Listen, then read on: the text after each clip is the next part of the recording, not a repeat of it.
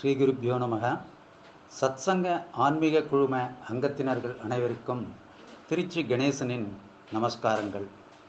கீதை காட்டும் பாதை தொடர் சிந்தனையில் இன்று விபூதி யோகம் 10வது அத்தியாயம் பற்றி சிந்திப்போம். பகவான் ஸ்ரீ கிருஷ்ணன் அருளாலே பகவத்கீதையை பாதிக்கு மேல் ஓரளவு அறிமுகப்படுத்த முடிந்தது. இன்று விபூதி யோகம் என்கிற 10வது அத்தியாயம் சிந்திக்கப்பட இருக்கின்றோம். விபூதி யோகத்தில் பகவான் தனது விபூதிகளை, அதாவது பிரபாவங்களை, தத்துவங்களை, ரூபங்களை, தனது மகிமைகளை தெளிவாக விளக்குவதாக அமைந்திருப்பது விசேஷமானது. அர்ஜுனனை பார்த்து பகவான் கிருஷ்ணன் அவன் மூலமாக நம்மை பரியமானாய ஹித காமியா என்ற அபூர்வ வார்த்தைகளால் வர்ணிக்கின்றார். என் மீது நீ கொண்டுள்ள பிரியத்தினால், அன்பினால், பிரேமையினால் நான் உனக்கு ஹிதமாக, நன்மையாக எது விளையுமோ அதை சொல்கின்றேன் என்று சொல்கிறார். ஒரு சாதாரண வஸ்துவிலிருந்து பகவான் வரை அனைத்தை பற்றியுமான உண்மையான அறிவும், அதில் அனித்தியமானது எது, சாஸ்வதமானது எது என்று அறிவதுதான் ஞானம்.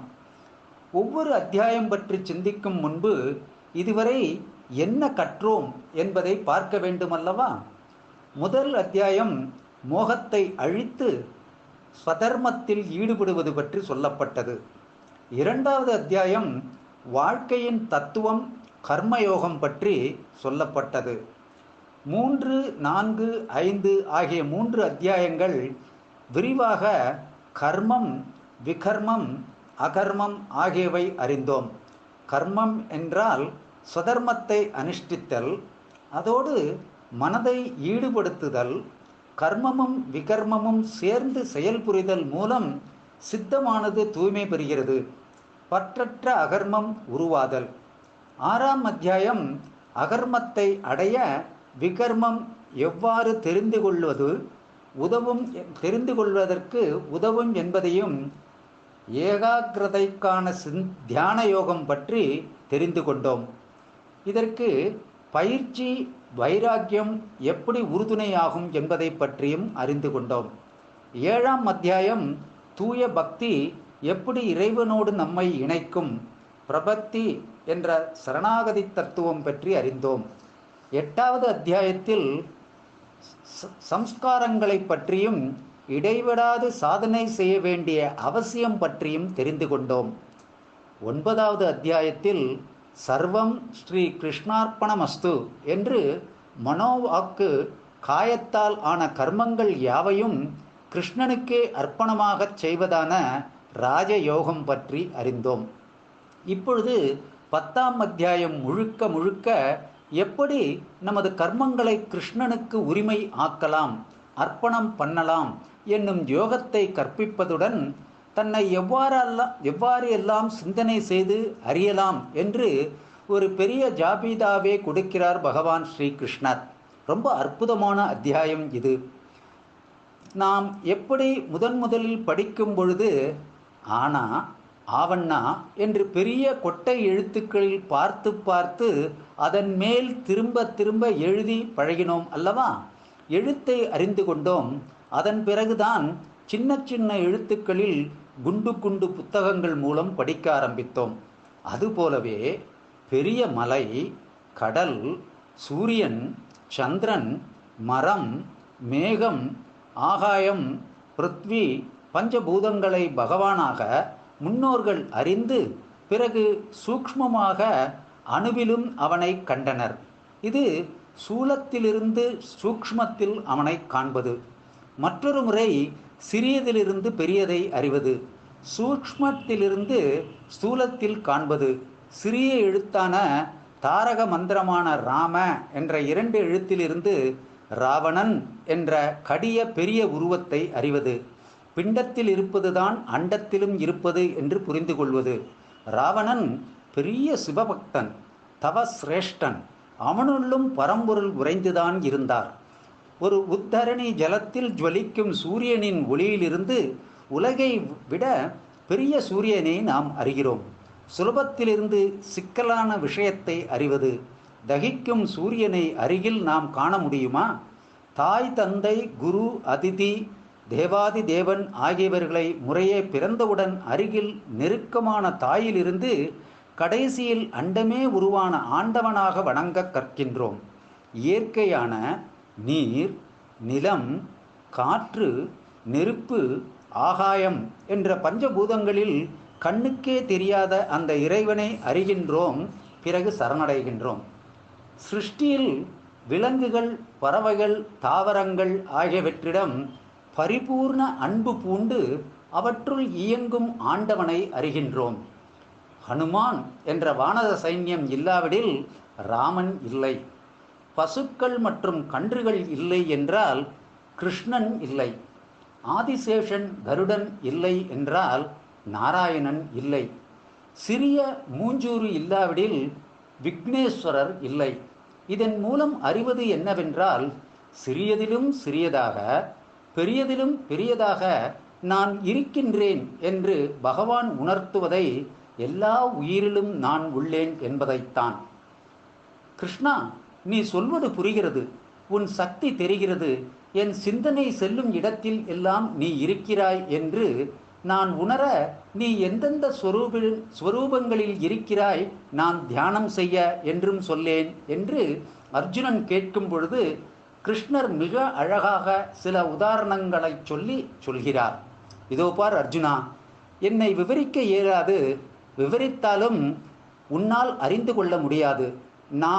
நான் சில ரூபங்களில் இருப்பதை மட்டும் சொல்கிறேன் கேள் என்று கூறுகிறார். கிருஷ்ணன் தான் எவ்வாறு இந்த ஜெகத்துக்கே நாதன் என்று அர்ஜுனனுக்கு இந்த 10வது அத்தியாயமாகிய விபூதி யோகத்தில் உணர்த்துகிறார். சர்வம் கிருஷ்ணமயம் ஜெகத்து என்று புரிய வைக்கின்றார். இந்த 10வது அத்தியாயத்தின் மகிமையை ஸ்ரீ பத்ம புராணம் ஒரு புராண கதை மூலம் விளக்குகிறது. காஷி கஷேத்திரத்தில் தீரதி என்றொரு பிராமணர் இருந்தார். அவர் சிறந்த சிவபக்தர். எப்பொழுதும் பகவானுடைய குணங்களையே நினைத்து கொண்டு காலம் கழிப்பவர். தன்னையே மறந்த நிலையில் உள்ள அம்மகானை கண்டு சிவபெருமான் மகிழ்ந்து அவருக்கு கை கொடுத்து அழைத்து செல்வார். அவர் ஒரு சமயம் வீட்டு வாசற்படியை தலையணையாக வைத்து கொண்டு தூங்குவது போல் தியான நிலையில் இருந்தார். அப்பொழுது பிரிங்கிரீடி என்ற சிவகணத்தைச் சேர்ந்தவர் சிவபெருமானை வணங்கி, சுவாமி, இந்த அந்தணரை தாங்களே கை கொடுத்து அழைத்துச் செல்லும் அளவிற்கு அவர் அப்படி என்ன புண்ணியம் செய்தார்? இந்த ரகசியத்தை அடியனுக்கு கூறி அருள வேண்டும் என்று சிவனிடம் கேட்டார். அதற்கு சிவபெருமான், ஒரு சமயம் நான் கைலாய மலையில் உள்ள உத்தியானவனத்திற்கு சென்றேன்.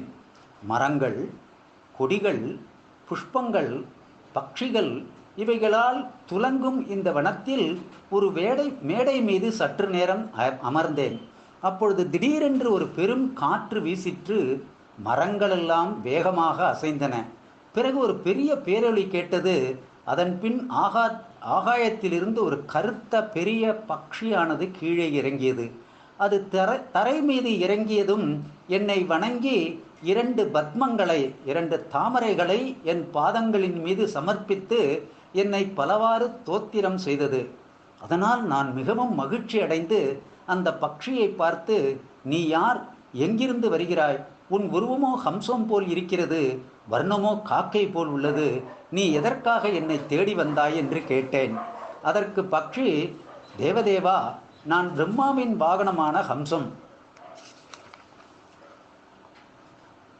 நான் விபூதியோக அத்தியாயத்தை பாராயணம் செய்த மகிமையால் என் பேசும் திறனை மட்டும் இழக்கவில்லை. நீ என்னை தாண்டி விழுந்தாய். இன்று உன் எதிரிலேயே எனக்கு சாப விமோசனம் கிடைக்கிறது என்று கீதையின் 10வது அத்தியாயத்தை சொல்லிக் கொண்டிருந்த ஒரு மகான் கூறிவிட்டு எனக்கும் அதை பாராயணம் செய்து ஒரு பத்மத்தை எனக்கு அளித்துவிட்டு தன் தேக தரீரத்தை விட்டுவிட்டு திவ்ய ரூபத்தை அடைந்தார் என்று சிவபெருமான் சொல்லி முடித்தார். பிறகு பிரிங்கிரிடி கேட்கிறார், பிரபு, பூர்வ ஜென்மத்தில் இவன் யார்? பிரம்மாவின் ஹம்சமாக எப்படி மாறினான்? தங்கள் எதிரில் எவ்வாறு தன் தேகத்தை விட்டான்? இவைகளை எனக்கு சொல்லி அருள வேண்டும் என்றார். இவன் முன் ஜென்மாவில் அந்தணர் வம்சத்தில் பிறந்திருந்தான் என்று பகவான் சொல்கிறார். ஒரு சமயம் தூங்கும் பொழுது குருவின் படுக்கையை காலால் தீண்டினான், தன்னையும் அறியாமல். அந்த பாவத்தால் சொர்க்கத்திலும் ஒரு பட்சியாக பிரம்மதேவனின் ஹம்சமாக பிறந்தான். இந்த ஜென்மத்திலும் படித்த 10 கேட்டதனால் பிராமணனாக பிறந்தான். அந்த பிராமணனின் மகன் கீதை 10வது அத்தியாயத்தை பாராயணம் செய்வதால் அவனிருக்கும் இடம் முக்தி க்ஷேத்திரமாயிற்று. ஆகவே இவ்வளவு புண்ணிய மூர்த்தியான அந்தணனை நான் எப்பொழுதும் கையை பிடித்து அழைத்துச் செல்கின்றேன் என்று சிவபெருமான் பிரிங்கிரிடிக்கு சொல்ல, அவரும் மனம் மகிழ்ந்து கீதையின் 10வது அத்தியாயத்தை மிகவும் ஸ்லாகித்து கொண்டாடினார். வாழ்க வளமுடன், குரு வாழ்க, குருவே துணை. நாளையும் கீதையின் 10வது அத்தியாயத்தை பற்றி அதன் ஸ்லோகங்களின் மூலமாக சிந்திப்போம். இந்த 10வது அத்தியாயத்தில் மொத்தம் 42 ஸ்லோகங்கள் உள்ளன. அதை பற்றி நாளை சிந்திப்போம். ஜெய் ஸ்ரீராம். நன்றி, வணக்கம். திருச்சி கே. கணேசன்.